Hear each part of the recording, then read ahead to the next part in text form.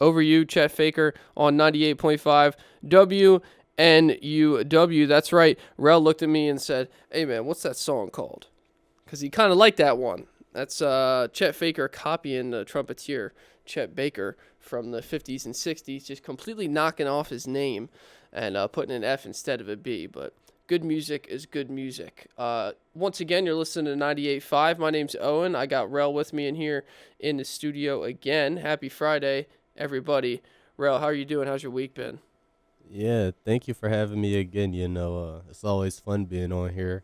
My week so far has been kind of hectic, but I'm sure every, college student would probably say that. But just finished the intramural game yesterday. We actually had to play two because I guess another team's opponent didn't show up maybe. So Mm. we had two intramural games and for classwork, like someone chose me to be like their athlete, right? So they're gonna be making content for me and essentially like recording some of these games, Mm. and I'm gonna be getting like kind of highlights or clips. So it's gonna be fun, I'm solid at basketball, so I think it's gonna be pretty fun to see how these clips turn out. Definitely. Now you mentioned you got a classmate doing that work for you. Who is the classmate? Who you got interviewing you and chopping up these clips, making sure that you're getting your highlights for the film? My boy Jacob Bradshaw, man, he's really Shout good out at to basketball himself. That's my guy since last year, and yeah, we're in the same class as digital content class, and he chose me to record and film.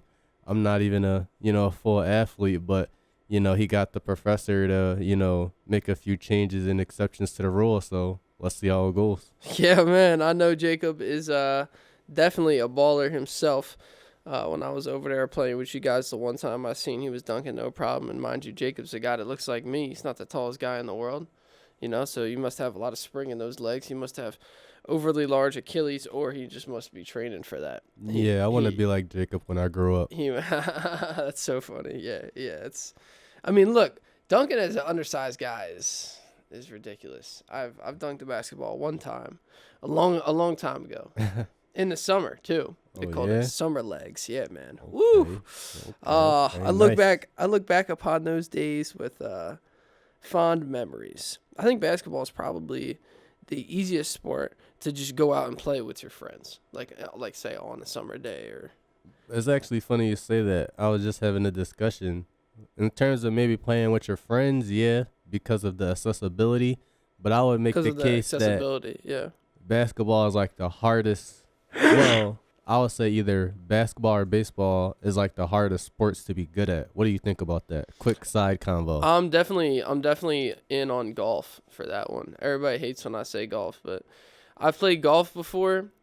Um, I think if you're talking about physical acumen, um, you know, people that are made for sports. I don't know if anybody's necessarily made for golf. You know what I mean? I think you have to craft yourself to make that swing. Everybody has to make their own swing. And when you talk about not necessarily toll on the body, right? People talk about pain, like giving birth is extremely painful, Yeah, right? sure. So that takes a toll on the body. Right. It stresses your body out. Uh, I'm not talking about golf in terms of like it's physically taxing, right? You're talking about I'm just the talking about difficulty of it. like to be the best, to go pro, and to hone in on that skill and have the best swing and have every single club in your bag dialed in. I think it's golf. If it's physical, if it requires a lot of physical activity, what's the word that I'm looking for? I mean, I guess I could say takes a toll. The exhaustion that your body feels after the sport. You're like, oh man, like I never want to do that again. But that's a whole nother That conversation, that though. would be, I think, that would be the hardest, like, most grueling. Maybe water polo. I think water polo is a good one because you're treading for however long. I think the matches are like over an hour, Yeah. and yeah, and people are pushing you down. I'm not mad at that one. Yeah. That's a I think of the popular ones here in America, like hockey, soccer, I'm talking about. baseball, basketball, all of them. I think it's probably baseball because you got to hit the baseball on some of these Yeah, I feel pitchers. like baseball, hitting that little ball coming at you from different angles and speeds. I feel like that's super hard. But you got to remember they train for it.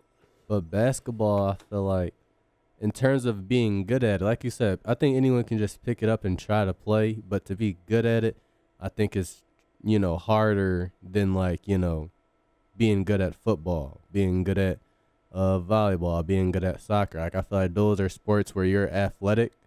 You can kind of just get in the door just being kind of athletic. You can be athletic in basketball, it'll help you out, but it won't take you far if you don't got no touch, you don't know how to dribble, you don't know how to pass. Disagree. Ben Simmons, Matisse Thybulle, Draymond Green, but Michael Kidd Gilchrist. Those guys are all skilled and I think soccer. 6'9" I think soccer is more difficult. If we're going based on that on the American ones, I think soccer. No way, soccer is. You can't. Yeah. I can roll out a soccer ball to a kid. They'll have more success with soccer than basketball, 100%. I don't think so. To make it at the highest level, I don't think so. This is what the comparison. To be good, that's what we're saying here. To be good. Yeah, but to be good in soccer is different than being good in basketball. Exactly. To be good in basketball, you have to make a shot, you have to rebound, you have to do all those things. Yeah, you make that sound really simple, to be good in basketball or to be good in soccer, it's extremely, extremely technical. You're using your feet. The room for error is. Think about this: a guy in football is standing there, right, in a clean pocket with no pressure and has all the time in the world and uses his body and his arms and his hands to throw a football 40 yards down the sideline, and a guy catches it with his hands over the shoulder, and it's a touchdown, and it's a highlight. What a throw, what a catch. It's insane. Nobody's ever seen that before. When a soccer player... When the left back, he used to have to do this all the time, has to put his foot through a ball and slice it, ping a ball 60, 65, 70 yards across the field in the air, over 20 players, through 20 players, but quick enough so that it gets there, but not high enough so that it goes out of bounds or over the guy's head. But no spin on it, because then if it hits the ground, it'll kick up on him. You have to sit it on that spot. And they have to do that multiple times during a game. Not every one of those is a highlight. It's a highlight when somebody scores a goal. When somebody whips one of those balls in and somebody throws a head on it. The hard part was whipping it in. That's my argument for soccer. That is 100 times more difficult to ping that ball across the field, and that is 1/100th of the game. That's not even a highlight. That's just something that you're supposed to do. You're supposed to be able to do. And the average person can never ever hit a soccer ball like that, pure, and hit the guy on the run, like no matter how many times you try and give it to him. And also think, But the average person can hit it 3. No, they can't actually, and they won't shoot a good percentage at all. And the same thing with the soccer thing. Like if you gave the average person 30 times to do that, they might get it. Same times, like if you don't practice basketball, if you don't have a certain touch, you got to have a certain feel for basketball. We all know multiple people who just don't have touch. You have to have touch in basketball. That's number one. Then handling the ball, being able to dribble under pressure. Someone's literally trying to take the ball away from you and to stop you from, scoring. So being able to create for others and create for yourself, putting the ball in the basket, I don't know. I would, especially because you can do that once, but to be considered good, you have to be able to do it over and over and over.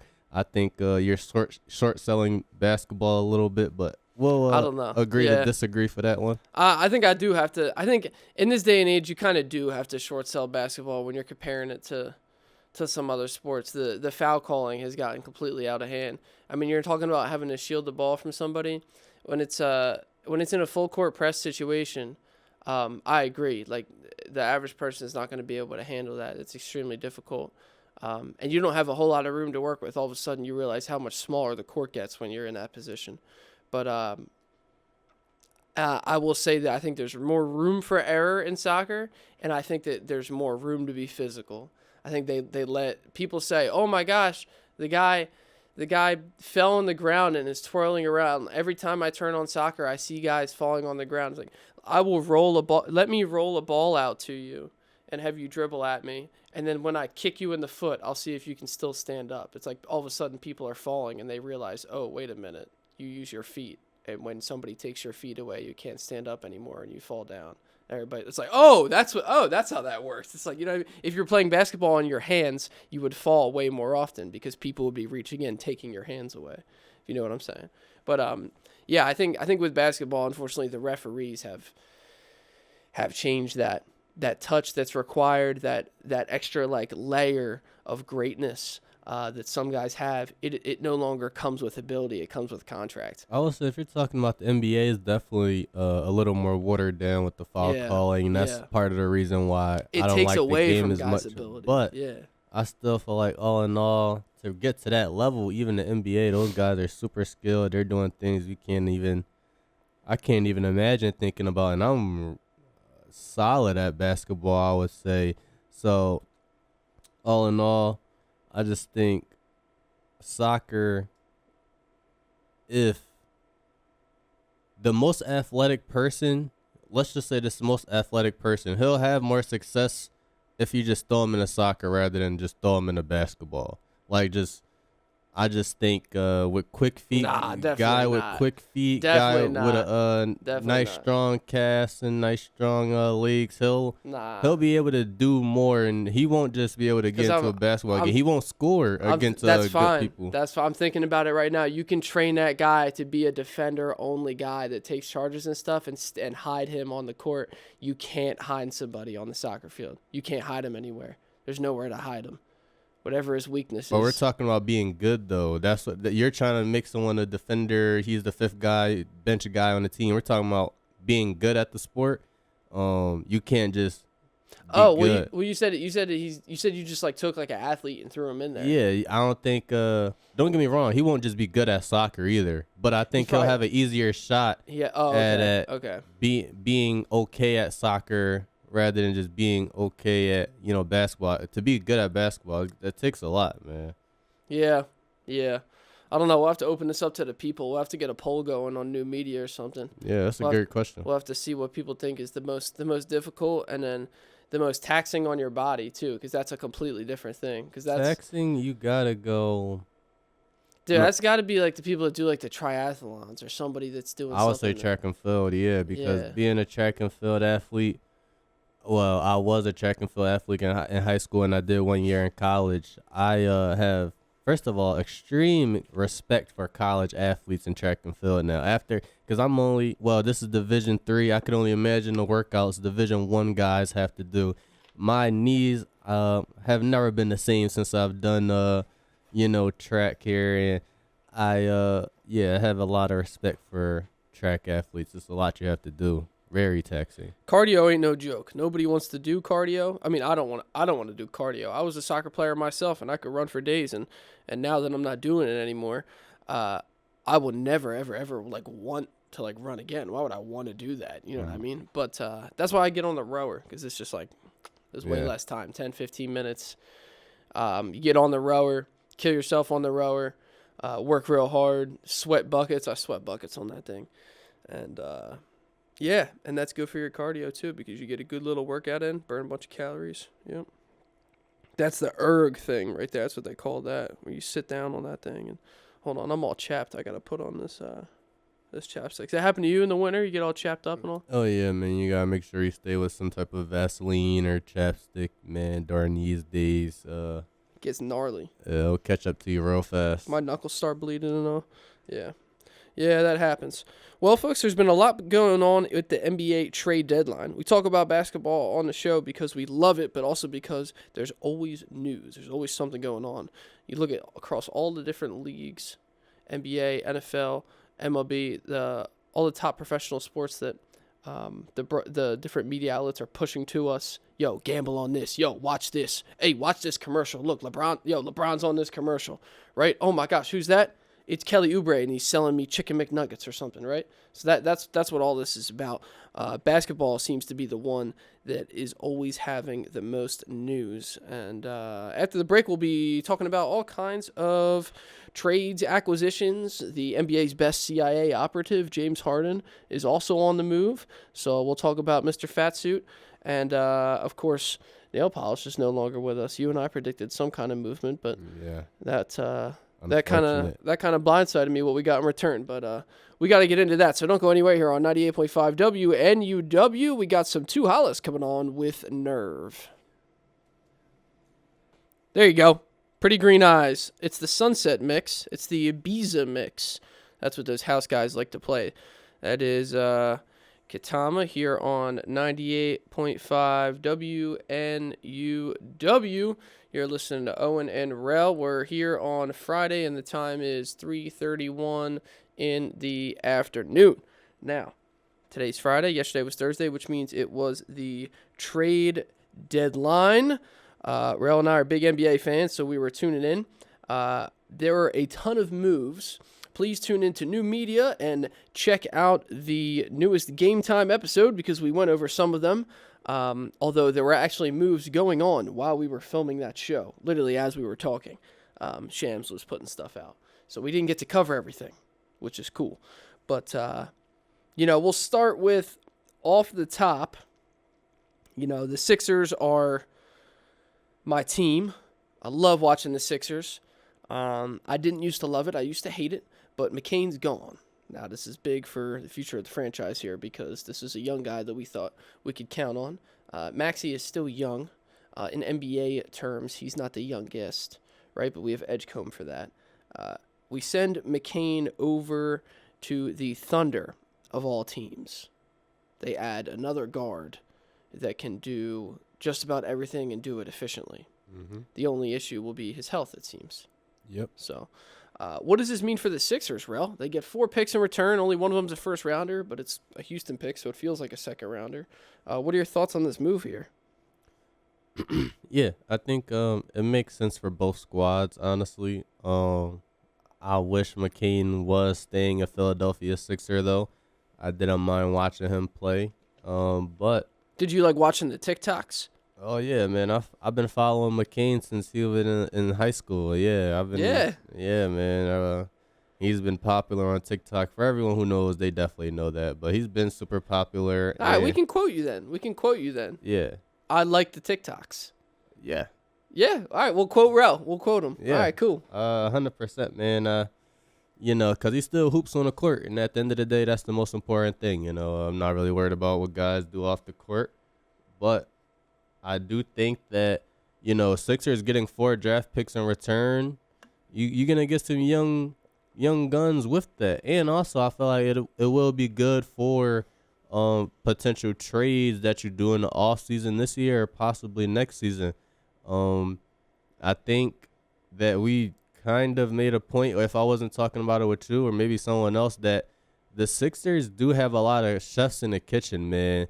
And I feel like McCain sometimes is the odd man out. Yeah. And he's the guy who's not being able to get all his numbers. And I feel like I'm sure that's probably not going to happen in OKC either. But for the Sixers side, now you can have Edgecombe blossom more, Maxey blossom more. Even Grimes, who's a great creator off the bench, he's going to be able to get more shots because McCain's been taking more shots since he's came back. So I think it's going to help Grimes get back into a rhythm.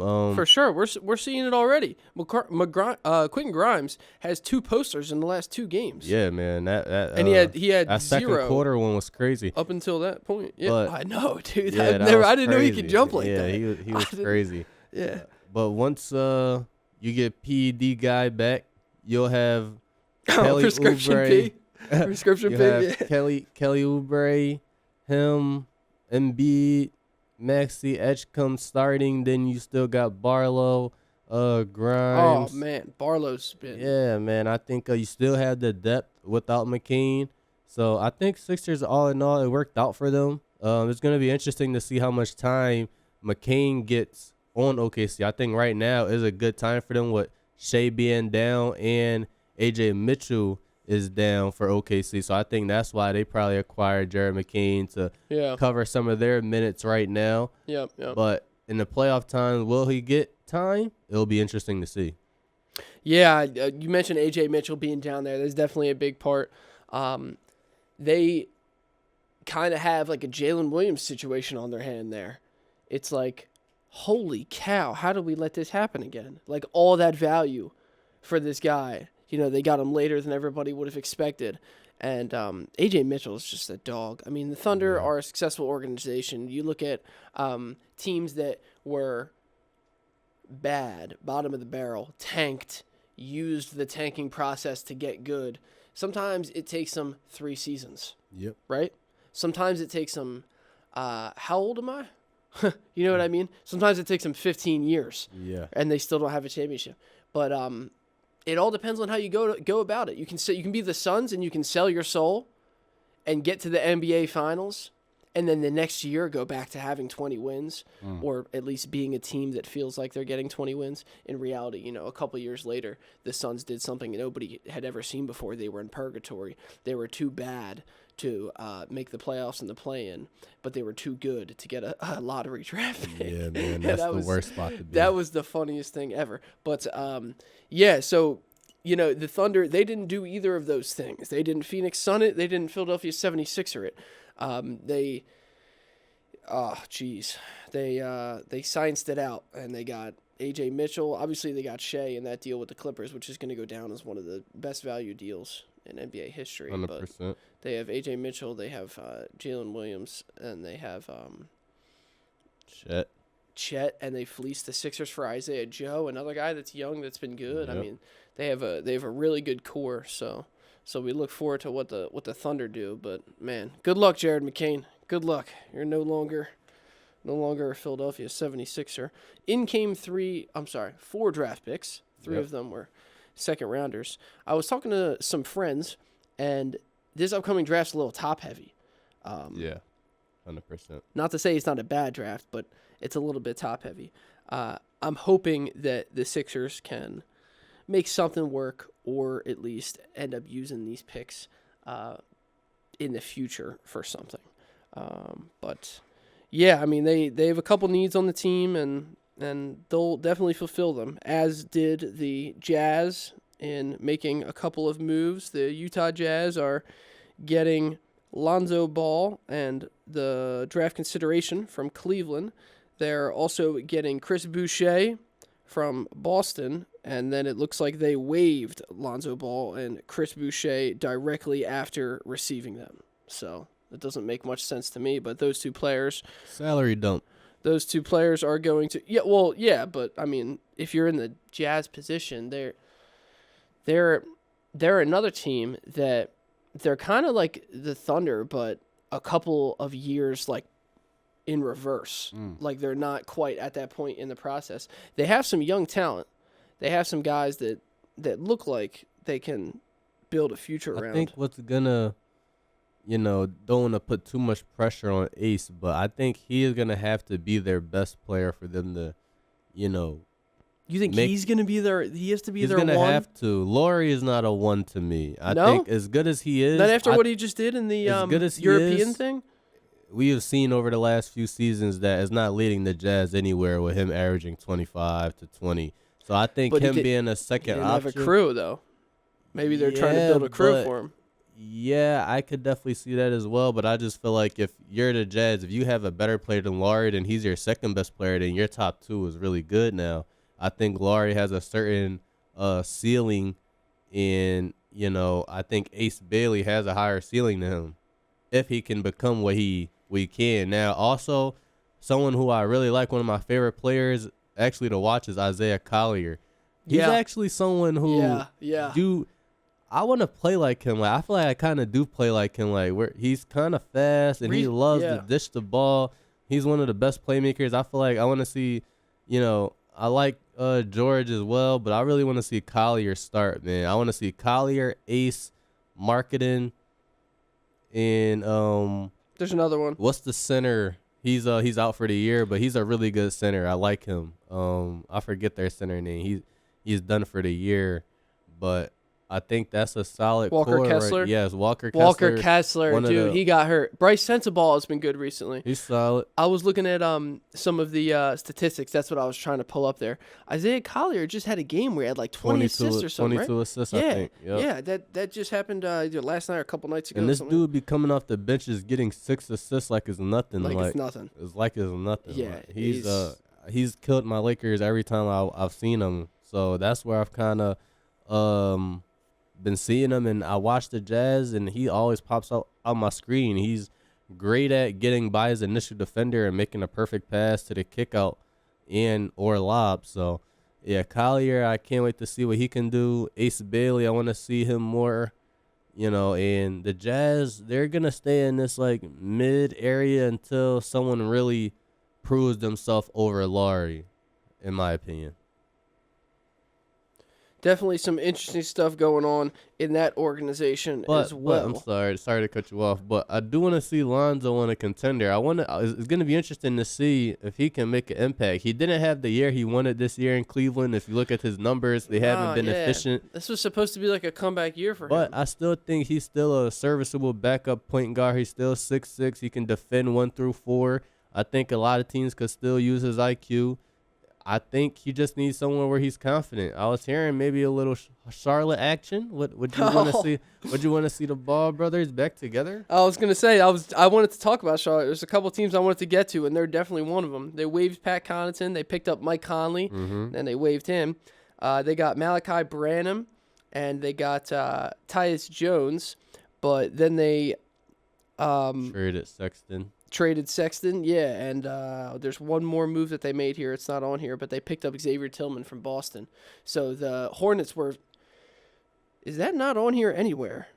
Okay, well, yeah, I guess not. I know Boston made a move with Anthony Simons as well. I'm surprised that they don't have the Xavier Tillman thing on here. Another guy is kind of like under the radar. Not a terrible player. Xavier Tillman? Yeah, it's gonna... Yeah, I don't understand how he doesn't play more in this league. I feel like... Well, maybe he will now with the Hornets. They got some weird experiment going on here. Maybe. But I think he's a player who was shown even when he was in Memphis, he can be a really, like, key piece to any team. A solid, 4, maybe coming off the bench. He can guard, kind of off. I've seen him guard point guards, and I've sin him guard center. Like, Tillman's one of those 6'9" guys who can move his feet well, but still strong and sturdy. I'm wishing the best for him. Yep. Hornets also picked up Kobe White and Ousmane Dieng. They were extremely active. You talked about the Grizzlies there because of Xavier Tillman, his old team.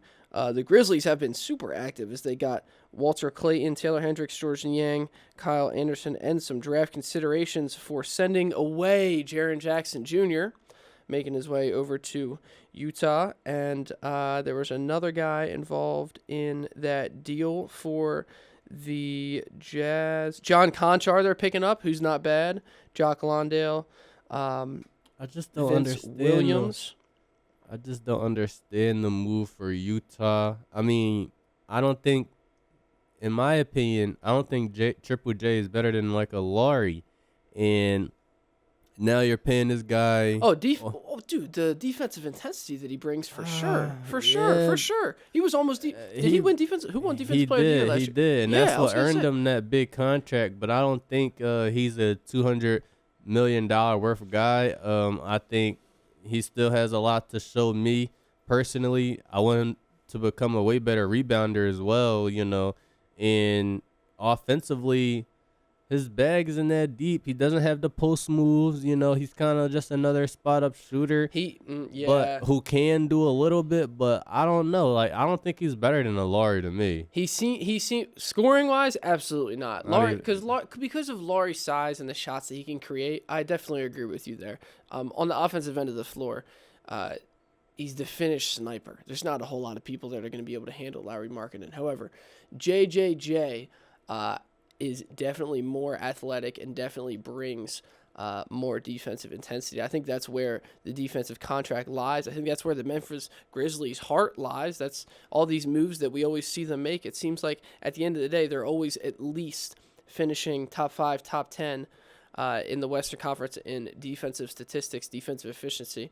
But, maybe that is trying to make sense of what they're doing with some of their moves, but I mean the Jazz really I don't know. They have a lot of young guys.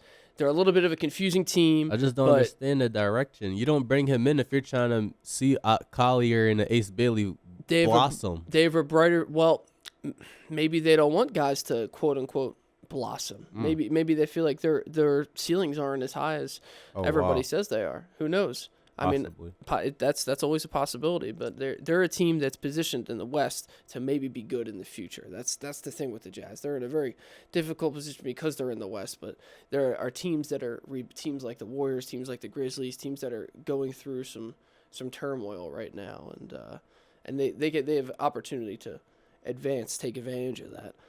The Cavaliers also making plenty of moves at the deadline. They picked up that man James Harden, sending Darius Garland over to the Los Angeles Clippers. Now, James Harden, I got a cousin that likes to follow James Harden around everywhere he goes, and he starts to root for that team because he really likes the way Harden can score the basketball and facilitate. I got to ask you a question. On these teams that he goes to, do you think that it has been difficult for him to achieve success because the team doesn't mold around him? The team doesn't fit, his play style? Or is it his fault? He doesn't adapt to the team and he does the same thing everywhere he goes. What would you say is the thing with James Harden? Yeah, I would definitely say, we have these conversations before, right? Like, I won't just, before I get to Harden, I'll just start with Embiid, You can say this kind of the same thing, like someone would make the case, Embiid didn't have the players around him during his tenure in Philadelphia to win championships. Well, I would disagree with that. I think Harden has had multiple great teams, played with a lot of great stars and players to be able to get his teams over the hump. And I'm not saying winning the championship is easy in this NBA, but I think Harden has had the teams to do so. And when you're a top guy, you make your teams better at the end of the day, or worse, especially when it matters. And I just feel like more often than not, Harden's play isn't as well in the playoffs as it is in a regular season, especially we know the refs you're not going to give you the BS calls as much. That goes for Embiid as well. That probably goes into his facts. Both of their turnovers go up while both of their assists go down. The field goal percentages start to go down. I think it's not necessarily his style. You just have to win with that style. Like, your numbers are down. It's not necessarily your style. It's just you're not playing that well. You have to, if I could bump in for a second, you have to find a way to help out your team in other ways, and maybe somebody else picks up the slack. Mm-hmm. The Celtics, Jaylen Brown, Jason Tatum. Yeah. I hate them, but that model just works. Yeah. It just works what they did.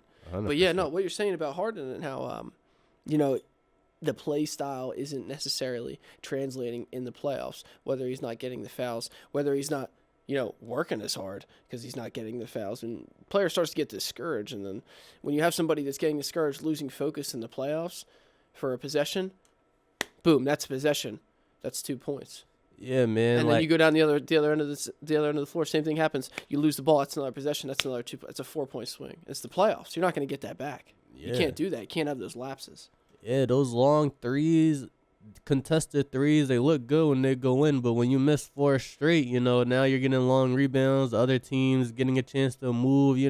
Sometimes I wish, these players start getting back into the mid-range, especially a player like Harden. If you remember early OKC and even early Rockets, like before 2015 and 16, the crazy evolution in the three-point line, he used to take mid-ranges. He used to dunk. Like, if we watch Harden, if you go watch Harden in 2015 with the Rockets, you'll be like, oh my gosh, that's a totally different player. Completely different. He played Completely and he showed all his skills and all. I feel like if he still played to that same extent, maybe he could have got one throughout these years. I think he fell into the trap of the foul baiting, trying to get highlight step back threes, and he's an all-time great player, but it's his style. I won't say his style isn't conducive to winning. I just think he doesn't perform like an all-time great at the times his teams need it.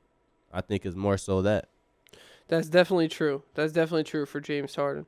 When you need your best guys to be at their best, he has not been at his best. And look, you made a good point about Joel Embiid. Neither is Joel Embiid. So this year, I don't expect anything special out of the Sixers. But I don't want a lot for Christmas. What is it? What are the word? All I want for Christmas Christmas. There is just one thing I need. That's the next part. Yeah. Yeah. There's just one thing that I need, and that is for the Detroit Pistons to make it out of the East. Oh, wow. You and I both know that in order to win in the NBA, you have to do what? Have LeBron? It's like, no. No. Who are you saying? What are you saying? Actually, no. If you go by finals record, playoff record, it's definitely not have LeBron. Lose. In order to win an NBA, you have to lose. Well, you have to tank. You got to sell everything, sell your soul, and then tank and get a good draft pick. Or get Luka Doncic. Yeah. And then trade him away, and then Adam Silver would be like, oh. Another question or another dynamic that I feel like was better back then about the NBA is that guys stayed with their teams they were drafted to more. Yep. I think that, also in turn made fans love them more. Now you got guys like these greats. Which team do you remember them for? Obviously like a KD and Harden, they had primes in OKC and the Rockets, but they're now playing for 5-6 teams. Bro, it's like, Harden's you'll never think about that, especially in their primes, though. It's more so in their primes. We know older players usually start going to different teams and yada yada, but in their primes, we have so many guys playing for 3-4 teams, 5 teams in there. It's just so crazy to see. I feel like it's more respectable and why people love the older people in generation that you had to wait. Like Kobe, for example, he had, luckily, to start his career off with Shaquille O'Neal.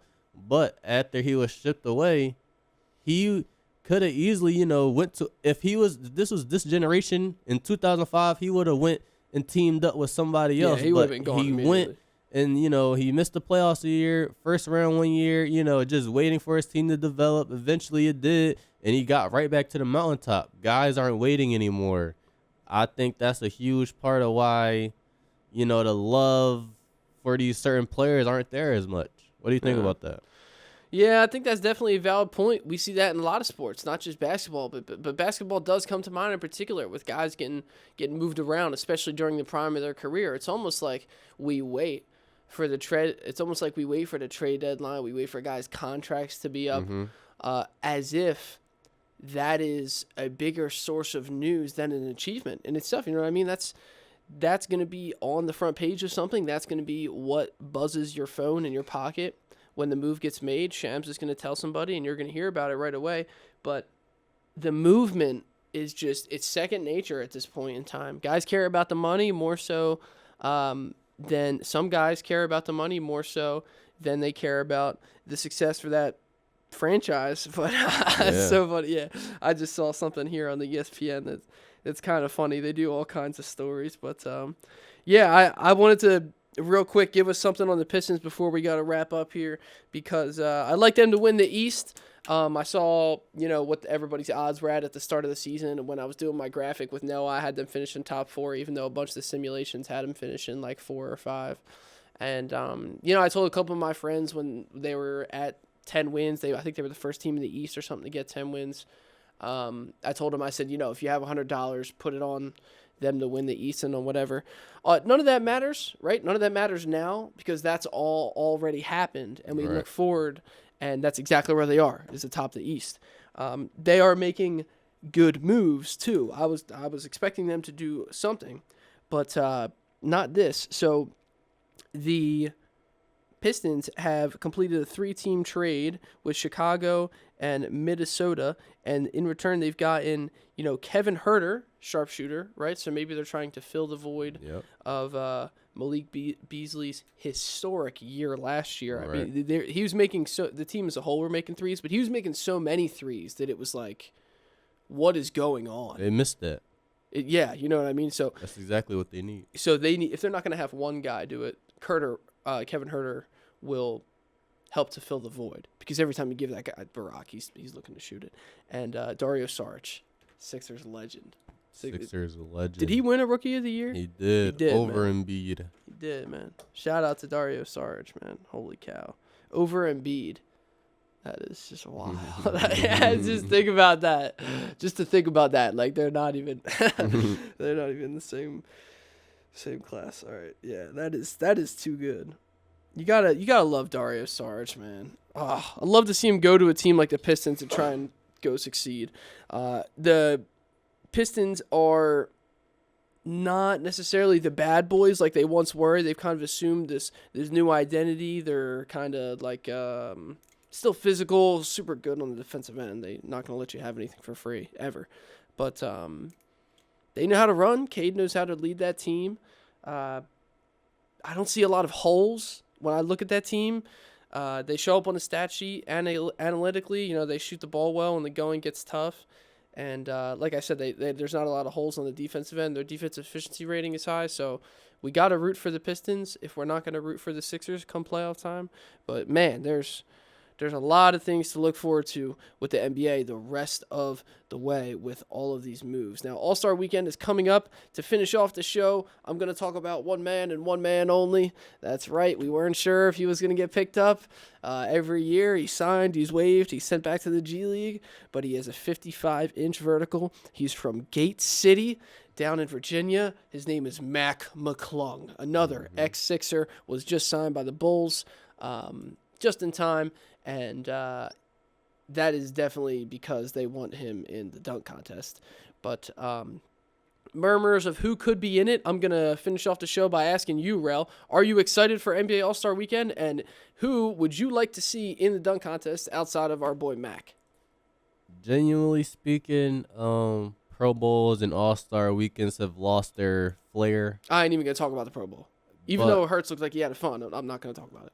I put both of them kind of in the same category for me, but yeah, I'm not too excited, but we'll be interested to see. Bro, he just doesn't care. Yeah, it's just not as much to keep up with. Like I watch these highlights on YouTube of how the games and the All-Star games and the Pro Bowls used to be in 2004. Like they used to literally smack each other. Imagine you see Ed Reed smack Chad Johnson. Like you used to have guys playing their, full speed and playing for at least some dignity. Now it's just it turned into flag football. So, but to go back to the NBA, I mean, I'm not even sure what's the format for this year. It changes every year, every other year. So, but in terms of Mac McClung, I'm always, happy to see him. Hopefully, what is this? He's going for his 4th title. I think he is. He has 2. Does he have 3? 2. Does he have 3? Let me look it up real quick. He has multiple, so if he can do it again, I'm definitely gonna be watching that one. But besides that, the highlight would only be if we could get like another Steph versus Sabrina or something. Where's Caitlin Clark versus Steph or something? Like, let's do something like that. Yeah, that would be pretty cool. We had a little battle of the sexes, of the man versus woman on the tennis court. They did something like that. It was Nick Kyrgios and was it Sabalenka he was playing? Oh, really? They did that? I can't remember. How long ago was this? Her name, but bro, this was like last week or something. Yeah. Oh, well, I missed that. Yeah, Kyrgios won. I think they had moved the court lines in a little bit, try and make it easier for her. And he wasn't like killing her. They were out there just having fun. Oh, okay. It was just like a fun thing. Yeah, Nick's he's always been one of my favorite players. His energy and antics has always been. He's a party boy. His antics, funny. Yeah. And I know that I can't say her last name either, but she's probably the best in the sport right now for women, or at least top 3. So, I think that's a good matchup. I'm definitely gonna have to check that out. Yeah, let me get you the exact. That's the girl who had the commotion with Coco Jones or Coco Gauff. It was Sabalenka. Yeah, and then also in tennis news, Alcaraz beat Djokovic. Yeah. How about Djokovic being Sinner? The Australian. Wasn't he like a plus Open. 900 underdog? Yeah, dude. Yeah, that was big. Hey, Rel knows about the books. So every once in a while he tunes in and he sees the odds on this and that. But look when I'm looking at stuff, I do the same thing because Vegas is a better interpreter. Yeah. Of all that than any expert you could find anywhere. Go look at the books, look at Twitter, see what the people with the most followers on Twitter or X, go on X and see what the people that follow tennis on X are saying about it, but then see what they're saying and go back to the books and look at what Vegas is saying. Exactly. But yeah, I mean that was huge. Djokovic is still doing it at that age. He couldn't beat the young master Alcaraz. But yeah, also Naomi Osaka came out in some like weird thing, and then she like got into it with the person that she was playing against because she was yelling and celebrating, and the other person didn't like it. So basically, what happened was the other person, her opponent was upset and didn't go about it gracefully. She was talking to the ref like, "Can she do that? Is she allowed to do that?"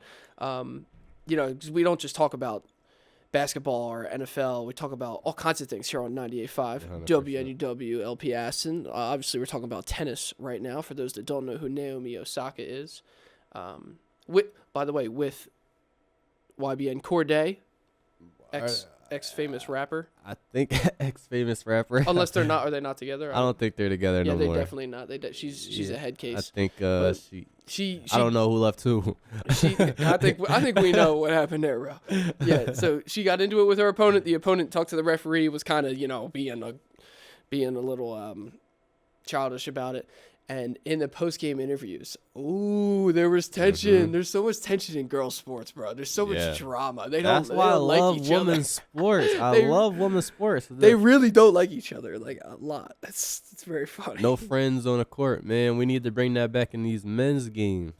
It's not just no friends either. It's like hatred. I really don't like you. Yeah. Hatred, last thing before we get out of there, since we're talking about the books and stuff, what's your favorite play for the Super Bowl, man? It's about to come up. It's only 2 days away. We gotta hear what you gotta say. I hate to give out knowledge for free on the on the Super. No, I'm just kidding. On the Super Bowl, but his Discord. Pay for the Discord. Pay for the X server. But I will say this. I think that the Seattle defense is great. They've been really good. I think that both teams are young. I think that Will Campbell and the offensive line for the Patriots is going to have a tall task. Both teams are going to try and establish the run early. We know both these guys can sling the rock. They can both throw it. That's not a question. Stephon Diggs is a great receiver. Booty's a great receiver. JSN is a freak. He's going to be open. Those are all givens. Both defenses are good. I think it's going to be a K9 versus Ramondre. That's what I think it's going to be. And if Ramondre is not having a good game, then it's Travion Henderson. Yep. You know what I mean? That's what I think it's going to be. Henderson might not even get one carry, but if he gets one, he's more likely to get like 5 or 6 and then eventually take over. I really do like Henderson touchdown or Henderson first touchdown. I honestly, the odds on that is crazy. I honestly do because with the Patriots, if the Seahawks get the ball first, they'll score. That's what I think. Maybe not a touchdown, but a field goal. With the Patriots, it's kind of iffy on if they're going to be able to score and, if they're going to want the ball first. Maybe they kick it away. So I really like the fact that there's going to be good odds on Ramondre Stevenson, for those that don't know, the running back for the Patriots. But I think he's getting into the end zone. I'm also rooting for the Patriots in this Super Bowl. I'm going for the underdog.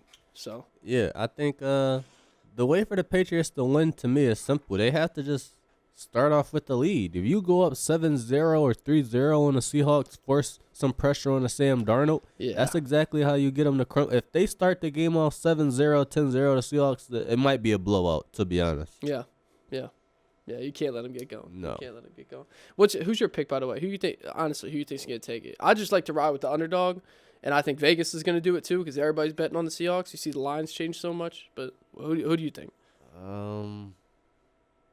Patriots plus 4.5. I don't have a winner. He's going for the spread, man. He's going for the spread. All right. And the Patriots lost by 5. You heard it here first on 98.5 WNUW. Now, that's going to do it for us today. I'm here every Friday from 3 to 4. Rel's always welcome to come in. We're talking NBA, talking NFL. We're talking all kinds of stuff, though, chopping it up. And we have all the best music in the world. Well, maybe not in the world. There's a lot of good places out there that have good music. Like my playlists. I got all kinds of stuff hidden in there. I'm already knowing. I'm the niche king, let me tell you. All right. We're going to finish it off here with some Wallows, and I hope everybody enjoys their weekend. Stay warm. Tune into the Olympics. Opening ceremonies are going on right now. I had to turn off the Peacock on my phone to come in here. And happy Super Bowl weekend, everybody. Happy Super Bowl. Go Pats.